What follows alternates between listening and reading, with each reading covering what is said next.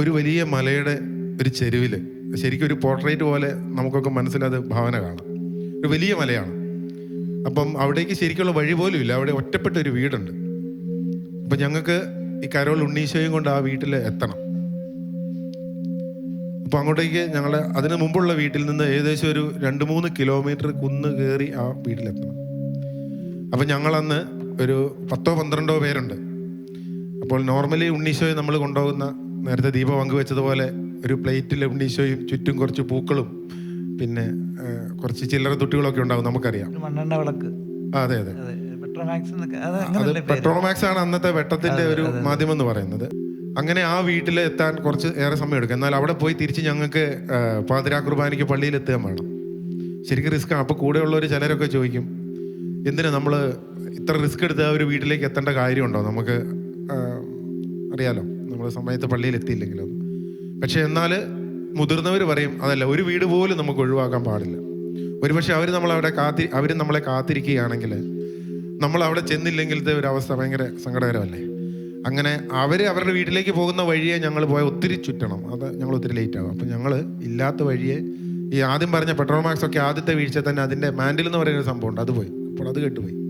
പിന്നെയുള്ളത് ഈ ഒരു ഓടപ്പന്തമാണ്. ആ പന്തത്തിൻ്റെ ഒക്കെ വെളിച്ചത്തിൽ വീണു ഉരുണ്ടുമൊക്കെ ഞങ്ങൾ ആ വീടിൻ്റെ മുകളിലെത്തുമ്പോൾ അവിടെ ഒരു കുഞ്ഞു പുൽക്കൂട് ഒരുക്കി അവർ ഞങ്ങളെ കാത്തിരിക്കുക. അപ്പോൾ ഈ വീഴ്ചയിൽ ഒരുപക്ഷെ ഉണ്ണീശോയുടെ ഒരു കൈയൊക്കെ ഒടിഞ്ഞിട്ടൊക്കെ ഉണ്ട്. കാരണം അത്ര റിസ്ക് എടുത്താണല്ലോ ഞങ്ങൾ ചെല്ലുന്നത്. എന്നാൽ പോലും ആ കൈയൊടിഞ്ഞ ഉണ്ണീനെ അവരുണ്ടാക്കിയ ചെറിയ പുൽക്കൂട്ടിൽ കിടത്തിയിട്ട് ഞാനൊന്നും കൂടെ നോക്കുമ്പോൾ ഞാനിപ്പോൾ ഓർക്കുകയാണ്, ആ ഉണ്ണിയുടെ മുഖത്ത് കൂടുതൽ ഒരു പ്രകാശം എനിക്ക് ഫീൽ ചെയ്തത്, അല്ലെങ്കിൽ ഉണ്ണി കൂടുതൽ പുഞ്ചിരിച്ചത് ആ പുൽക്കൂട്ടിൽ കിടന്നിട്ടാണ് ഞാനിപ്പോൾ ഓർക്കുക.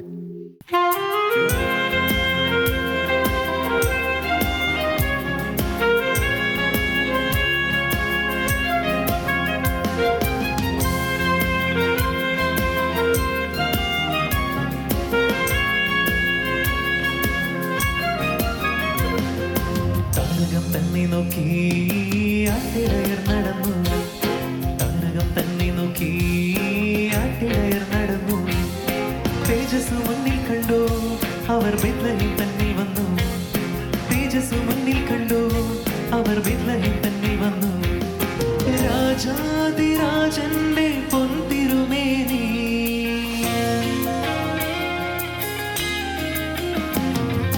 രാജാതിരാജന്റെ പൊൻതിരുമേനി അവർ കാലിത്തൊഴുത്തിൽ കണ്ടു.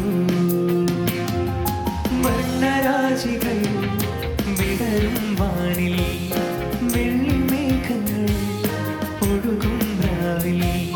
താരക രാജകുമാരിയോട് തന്നു തിങ്കൾ കലപാടി. ഗ്ലോറിയ അന്നു തിങ്കൾ കലപാടി.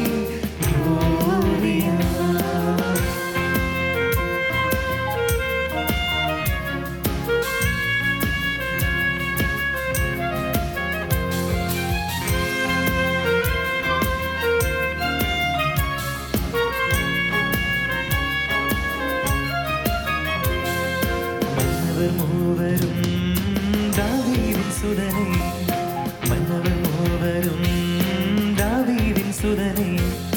കണ്ടു വണങ്ങിടുവാൻ അവർ കാഴ്ചയുമായി വന്നു. കണ്ടു വണങ്ങിടുവാൻ അവർ കാഴ്ചയുമായി വന്നു.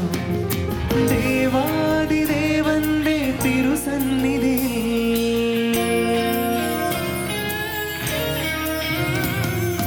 ദേവാദിദേവന്റെ തിരുസന്നിധിയിൽ അവർ കാഴ്ചകൾ വച്ചു വണങ്ങി. യഹൂദിയായിലെ ഒരു ഗ്രാമത്തിൽ ഒരു ധനുമാസത്തിൽ കുളിരും രാവിൽ രാവാർത്തിരുന്നു രജപാലകൻ. ദേവനാദം കേട്ടു ആമോദരായി വർണ്ണരാജികൾ